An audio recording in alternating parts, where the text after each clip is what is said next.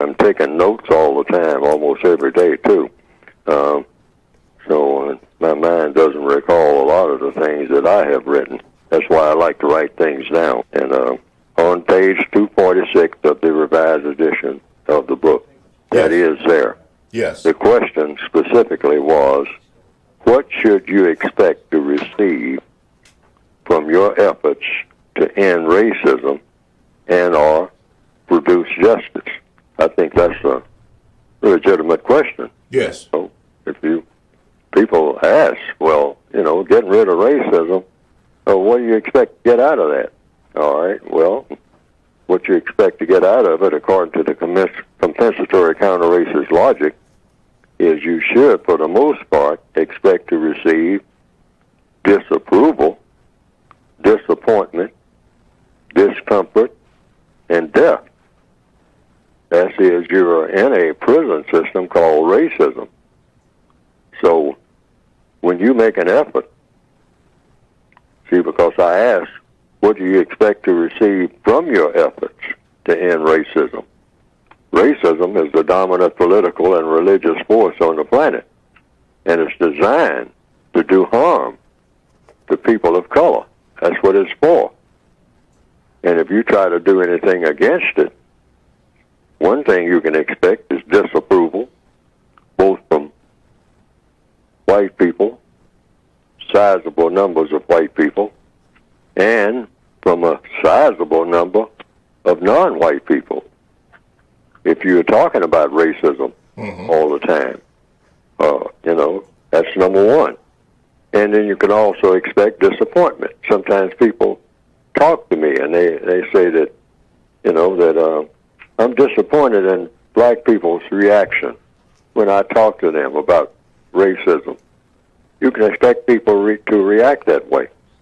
And then if you really get serious about really trying to do anything to replace the system of racism with the system of justice, and it appears to be effective, then you have that fourth thing, death. The fourth D in that list of things, out of disapproval, disappointment, discomfort. You can expect to be killed. Why? Because we're in a war, and we're prisoners of war. If you try to dismantle that prison, and you are appearing to be effective in doing so, you can expect to be killed, like in any war. We're in a war. That's what racism is. Racism is war. It's not just some type of mild disapproval of one person to another. It's absolute war in all 9 areas of activity. And so these are the things you can expect.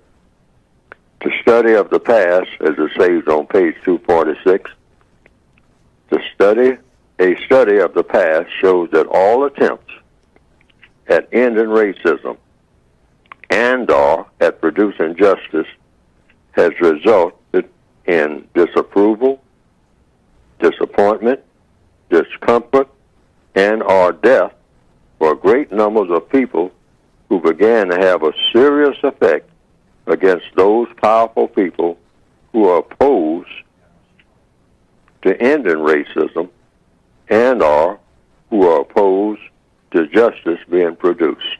Yes. And that's what the record shows. If you're going to fight a war, you have to know that you're going to have this discomfort and disappointment and disapproval, and that you're going to have death in a war. It goes with the package. And if you're a prisoner of war, and you understand that. We didn't ask for this war. The victims of racism didn't come into the world asking to be subject to racism. But as long as anybody, all the people on the planet now who are classified as black and are non-white, know that they are born into a system that was already in place, a system of racism. Yes. The most powerful government that the world has ever known. And that government has never weakened or gone away. There have been some shakiness in it. And that's why the white supremacists now are trying to stay in the refinement mode They established it a long time ago. The maintenance was relatively easy. They had the advantage of knowledge and understanding of what they were doing. They surpassed everybody else in the world who had some ideas about what their religion should be, or what their politics should be, or what the different areas of activity should be like. But the white supremacists became smarter than everybody else who was opposed to the system of white supremacy, and that's why you have it now.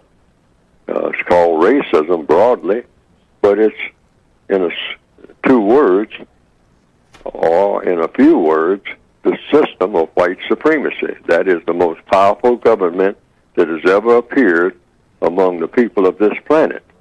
No religion, not Christianity, not Judaism, not Islam, not Hinduism, all of the major religions, all of the major political systems, socialism, they say, whatever that means, communism, whatever that means, capitalism, whatever that means, none of them, all of them combined, have not been more powerful than the system of white supremacy in all 9 areas of activity when it came to the interaction between people who are classified as white and non-white. That system has been in place, and the system is specifically designed to dominate and mistreat, do harm to people of color. Okay. And that's all we've experienced. I mean, you know, you can expect this. It may not happen, but you can expect it. Yeah, more than likely it will happen. More than likely. Yes. I mean, you know, and many people who have talked to me, I mean, you know, students who are going to school and all like that, they say, well, when I talk to people, when I talk to white people on the campus, or when I talk to non-white people, they don't want to talk about this race stuff. They want to talk about having fun or doing something else, you know, and all like that. But the race thing is still there. See what I mean? And you don't want to talk about something, you know, it's the elephant in the room, to use a cliche. And everybody wants to try to talk around it, but they keep bumping into the elephant and then complain about the elephant being there when the elephant is stepping on their particular foot, yes, on the individual's foot. But they're not thinking about, well, maybe we need to get rid of this elephant in this room. I mean, so that we can have some space in this room to do the things that need to be done. And we need to stop trying to ignore it, because you can't ignore it. Right. The elephant keeps stepping around on people all over the place. It takes up the whole room. You can't do anything. You can't breathe. All right? So that's what we're faced with and have been faced with.